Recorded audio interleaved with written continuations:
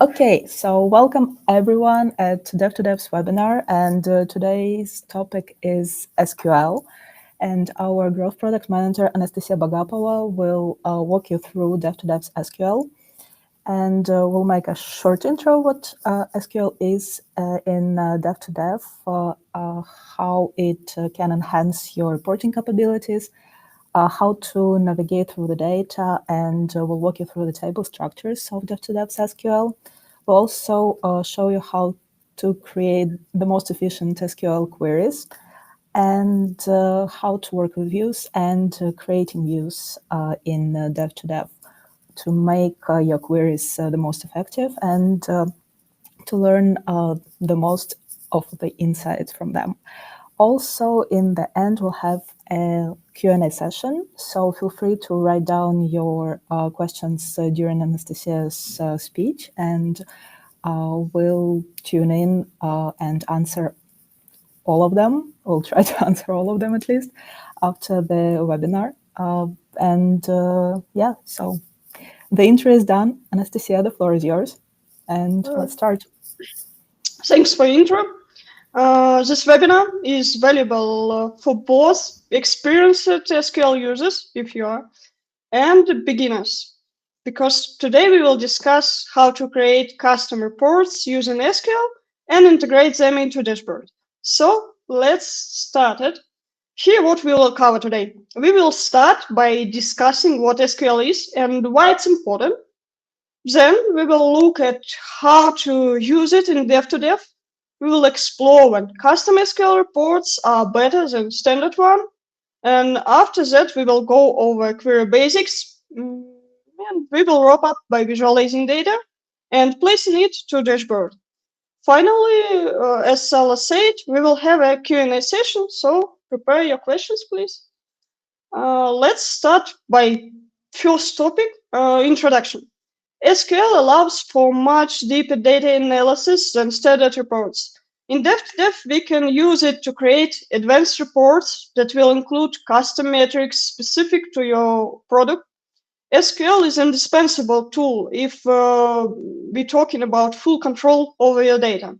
So let's dive into it. SQL is a query language that simplifies, that allows you data extraction from databases. You can use two capabilities in devtodev, drag and drop for one-time data reports in table format, and SQL editor for more complex tasks. SQL lets you to create custom datasets, perform operations on field values, and filter data based on multiple custom conditions. Let's discuss when it's better to use SQL. Standard devtodev reports allow you to tackle all core tasks and meet every need, whether it's tracking the dynamics of any metrics, building funnels with event time frame window, or visualizing user journeys within your app.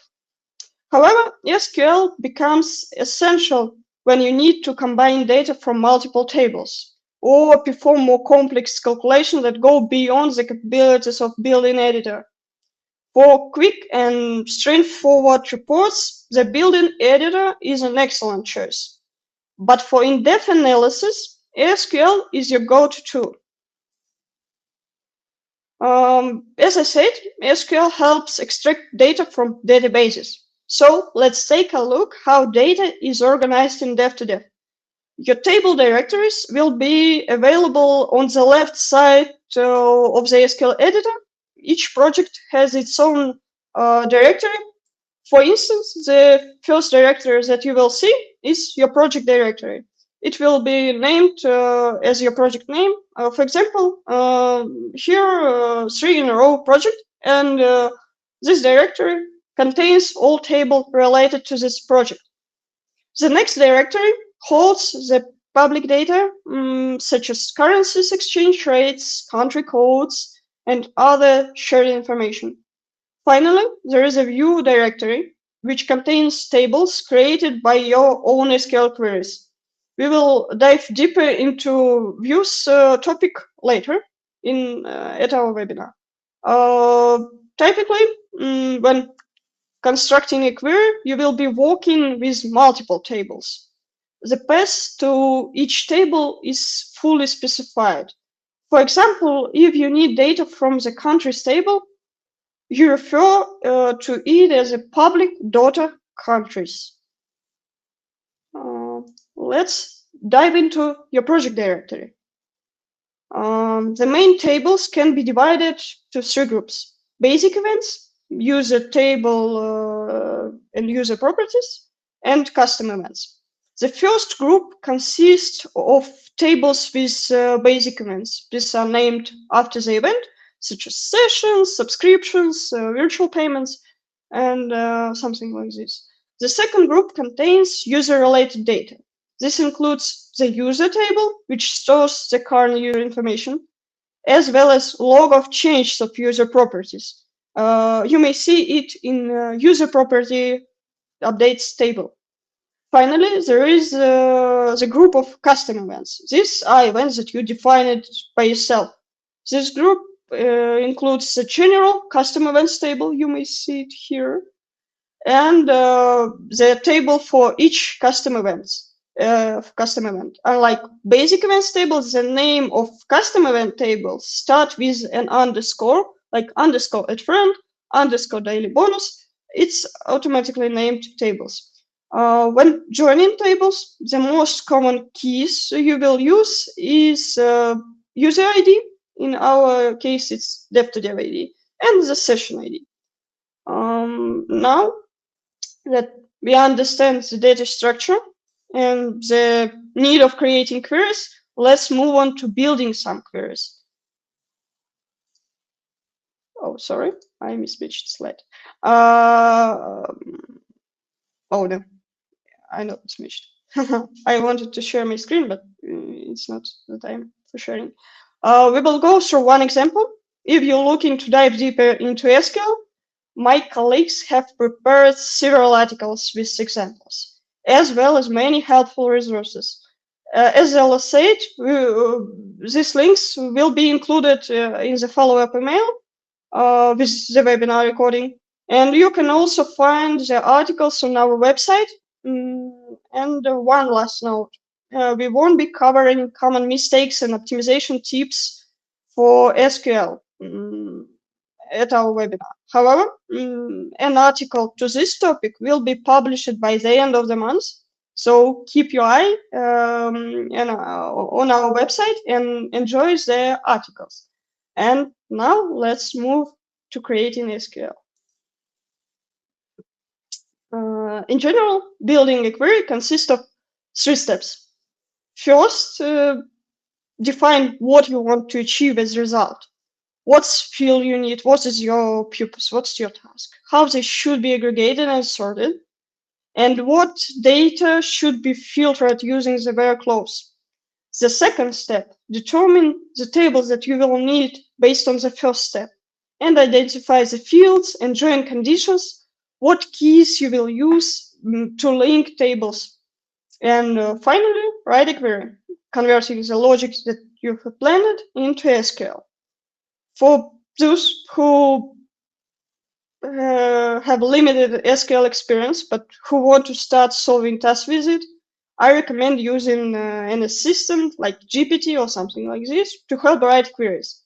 On the slide, you may see a sample prompt for creating a query. It covers the main tasks and lists the important conditions that need to be mentioned to create a high-quality query. You may deep dive into this prompt after our webinar. So let's go to our query example. I'm going to share my screen now. So just a second, please. Oh, yeah. I guess you see my screen. We will go through all the remaining steps of creating SQL using this example. We want to analyze the behavior of users who have made purchases in the app and identify most popular events that happen before a payment, along with the number of unique users and events name. I wrote this here with task and result row.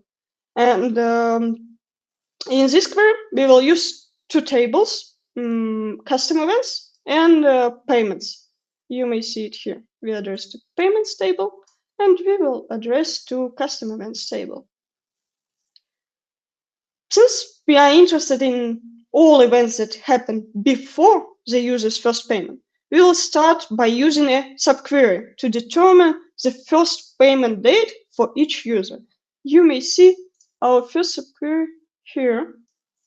It will be named like first payments. We will define the minimum payment date for each users. So we will group by devtodev ID, and we will name this field like first payment date. After that, in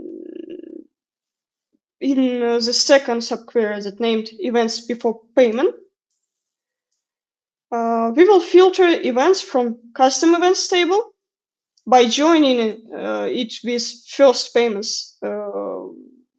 subquery results using the key devtodev ID for join, and we will keep only the rows that meet the condition that event time of each event less than first payment date for this user, for specified user. And finally, in the main query, we will output the table which are interested in this event name field and user count field with unique number of users. Also, we want to order the values that we got by users count in descending order. Let's see what we will get as a result of running this query. Yeah, we got the necessary table with event name field and users count. So let's define that we are not interested in all the data, but only in the events that happen within the last 7 days. We could directly enter the dates into the query, like here, and we put the condition to event time date greater than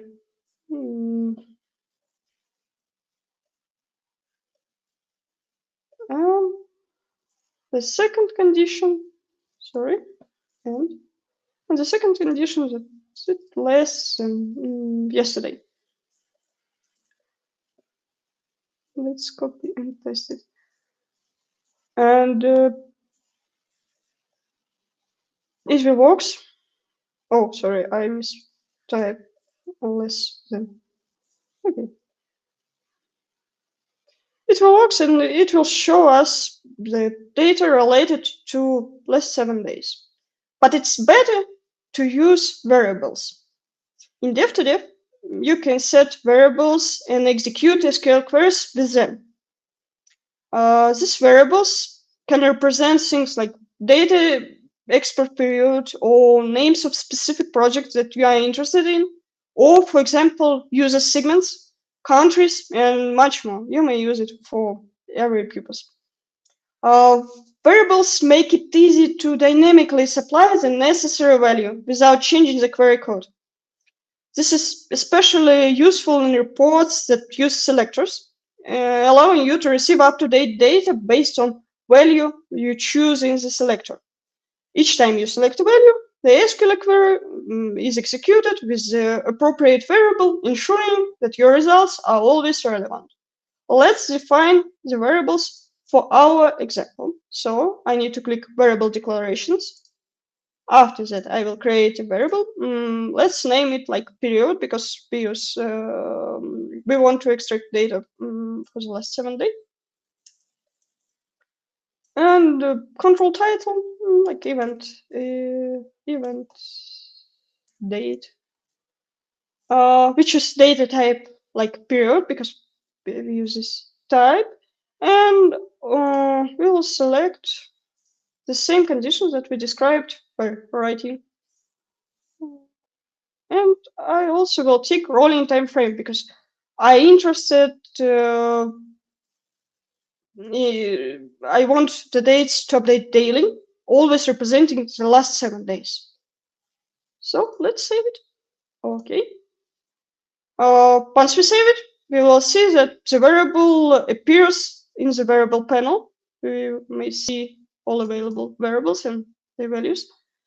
Now let's integrate them into our query. Since we have selected the period type, we will have two values, period from and period to. We will use both for our example. Period data from and period data to.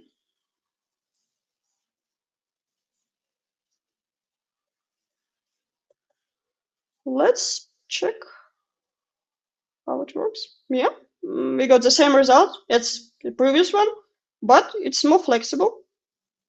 So I will stop my screen sharing for a couple slides, and after that we will return to our query results for visualizing it.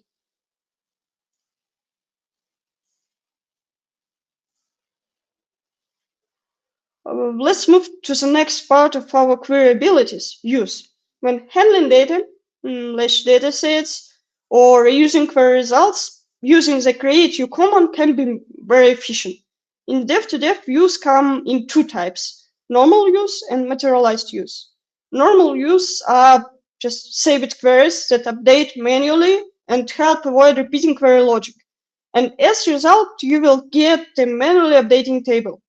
But materialized you store query results and refresh it on such set schedule. For example, daily, if you choose this type. They spend enough dashboard loading by prefetching data. You may see the materialized view syntaxes here on the slide. Right, create, choose the type, daily, weekly, or never for normal use. Right, view name, describe columns list, and write your query after that. Dashboards based on use automatically refresh when it opened. Materialized views are especially useful for creating shared datasets across multiple reports, improving both efficiency and performance. By using views, you ensure that your reports load faster and stay up to date without extra effort, without extra updating. So I advise you to use it. And our next topic will be about visualizing data. It's one of the most crucial steps. The quality of your visualization will directly impact how the data is perceived and whether the results of your SQL query are understandable.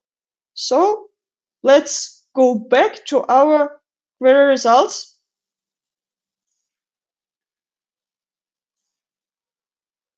Once you have your results, click on Chart View page, and to start creating a visualization, you can choose from several chart types like line chart, area chart, straight area chart, column chart of each type, pie chart, combined line and column chart, and indicator if you have one value to visualize. We will go with a column chart, I guess. In our case, it will be event name on one axis and users count on other axis. Yeah, you may see chart here. It was created, and you can also explore the advanced options. For example, change the column colors. Let's select like green. Oh yeah, it works. You can add data labels. You can also add access titles, change the type of axis. And also, if you have a lot of axes, you may change the layout of each axis. You can see, I guess, the final version for our visualization. So after creating your visualization, the next step is to save it and put it into our dashboard. Let's click on three dots here. We will use instantly adding our report to dashboard. Also, you may use just save report function. We will choose this prepared dashboard with SQL examples for placing our new report. So go to dashboard and see what's happened after. Refresh it to update all values. Here we see previously created chart, and we may see our chart. You may see that we can replace it, we can switch the position, we can resize it, for example. Also, we can add comments, filters, or something like this. And finally, let's set controls to our report, because we used variables, and it's better to set controls to manage selected data. Select manage controls. You may see already created controls, previously created controls, and let's create our new. We will name it like event date, because we named previously in report it's like event name. And we will use our variables that we created, period, our reports that we wanted to manage to, variable, and also you may change the default value here. I won't plan to change it, so let's save it. Oh yeah, you may see new selectors.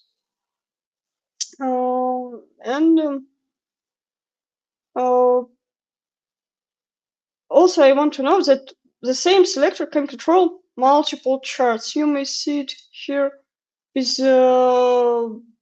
interval selector and country selector. It manages a lot of charts that was already created previously, but our selector is only for one chart. I guess that's it. We have a report on the dashboard that automatically updating and displaying data for the last 7 days, or for any custom period that you will select on this selector. Let's refresh.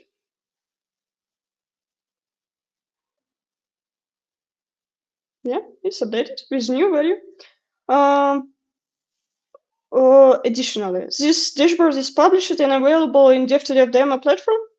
It serves an example of SQL capabilities of creating charts. Every chart is created using SQL, so you can also click on three dots here and open this chart in SQL editor to see how it was created, which code it used. It may be useful for beginners. And I guess that's all. So let's back to our presentation.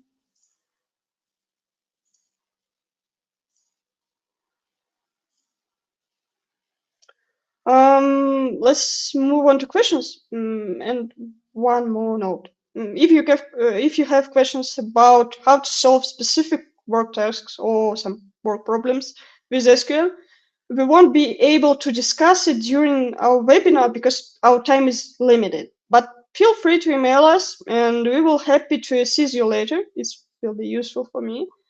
If any other questions come up later, don't be afraid, don't hesitate to reach out via email as well. You may find my email at the next slide, or for example, at our site. Let's move to questions. Olu, can you help me to find the first question? Totally. Thanks everyone for staying. And we have a question. Is it possible to compare created segments in SQL? Yeah, it's definitely possible. We have a segment values field on the users table. I guess I may present it to you. For example, in this project, users table, you may find segment values. It's JSON that contains data about each segment, and Boolean value is it user in segment or no? So sorry for my grammar. So yeah, Okay. maybe we have some next questions. Yes. Do I need to? One of the listeners is asking if they need to do anything to make an event available in devtodev's SQL. No, as I said previously, events automatically appear in the available tables. They named automatically, they appear automatically. Within 15 minutes after they occur, that was tracked by SDK. So it's not necessary to do anything else. Yeah, and also the underscore will automatically be added in the beginning of the table name, so you totally don't need to do anything. Yeah, the underscore is an automatically marker for custom events. Yeah, I guess that's it with the questions. Thanks for participating. Thanks for questions. Have a good day, evening, or Thank you everyone for joining, bye. and enjoy the rest of your day. And we'll be with you shortly with a follow-up of this webinar and with the links and with the video. So stay tuned for more webinars. There are more to come. And if you have any suggestions regarding the topics, feel free to reach out to Anastasia or our customer success team. So we're always happy to hear from you. So enjoy the rest of your day, and thanks for joining us today.